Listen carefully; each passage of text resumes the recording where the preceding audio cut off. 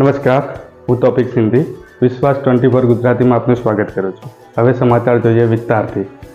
BHMS ડોક્ટરને check રિટર્નના કેસમાં 1 વર્ષની સજા કરતી પાલનપુર કોર્ટ।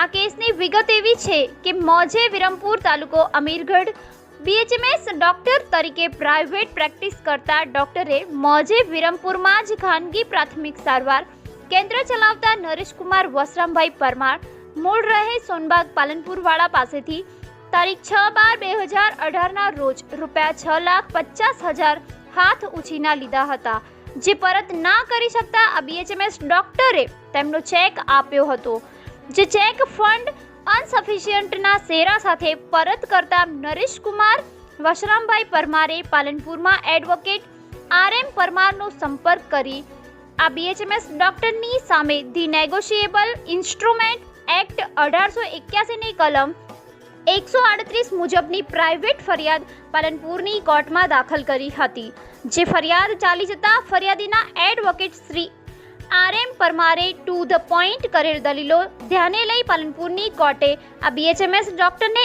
1 વર્ષની સાદી કેદની સજા તથા ચેકની રકમ ₹6,50,000 30 દિવસમાં ફરિયાદીને ચૂકવી આપવાનો હુકમ કર્યો છે। બ્યુરો રિપોર્ટ નીલમ સોલંકી, પાલનપુર।